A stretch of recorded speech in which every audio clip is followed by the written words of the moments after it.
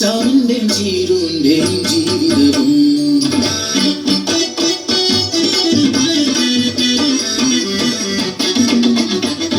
കാലത്തിൻ കടുത്തൊട്ടിൽ അവർക്ക് നൽകി മാണിക്യം പോലൊരു പൊന്മകളെ കണ്ണെഴുതി പൊട്ട് തൊട്ട് കരിവളയും മാലയിട്ട് രാസയ്യാരോ പാടി ഉറക്കിയവർ രാസയ്യാരോ രാസരാസയ്യാരോ രാസയ്യാരോ രാസരാസയ്യാരോ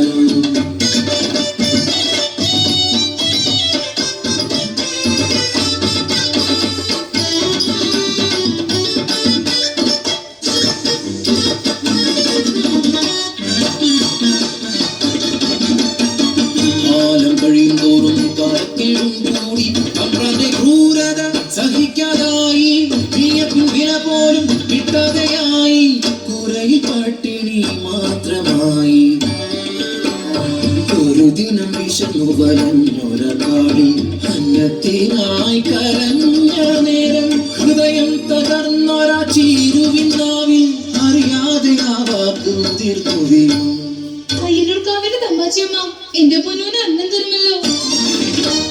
അമ്മതൻ വാക്ക് സത്യമെന്നോർത്ത് ആരും അറിയാതെ കുഞ്ഞിക്കാവിൽ അയ്യല്ലോ കാവിലെത്തി പൂജ കഴിഞ്ഞു കടയടച്ചു അയ്യല്ലോ കാവിലെ തിരുമേനി പടച്ചോറുമായി പുറത്തിറങ്ങി നടവഴി താണ്ടുമ്പോൾ മുന്നിൽ നിൽക്കുന്നു കുഞ്ഞിക്കാട് വിശക്കുന്നു തമ്പ്ര കാളിക്ക് മാമുണ്ണ തായോ കാളിക്ക്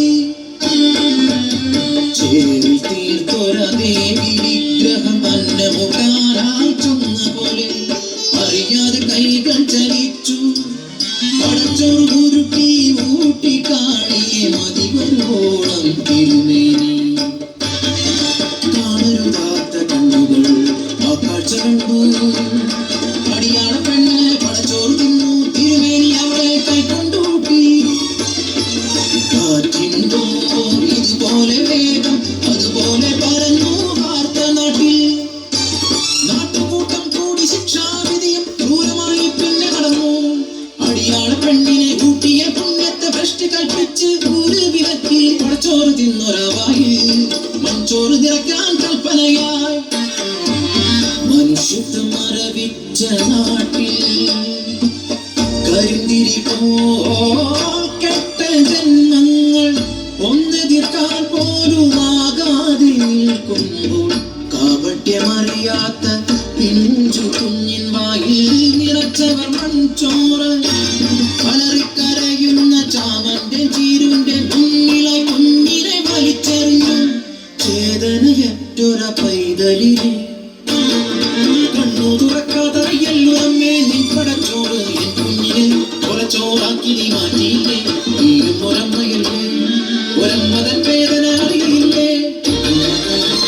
ചീരുതൻ വാക്കിൻ കൊള്ളലേറ്റ് പൊൻകതിർ പാടങ്ങൾ കരിഞ്ഞുണങ്ങി നട്ടുച്ച പോലും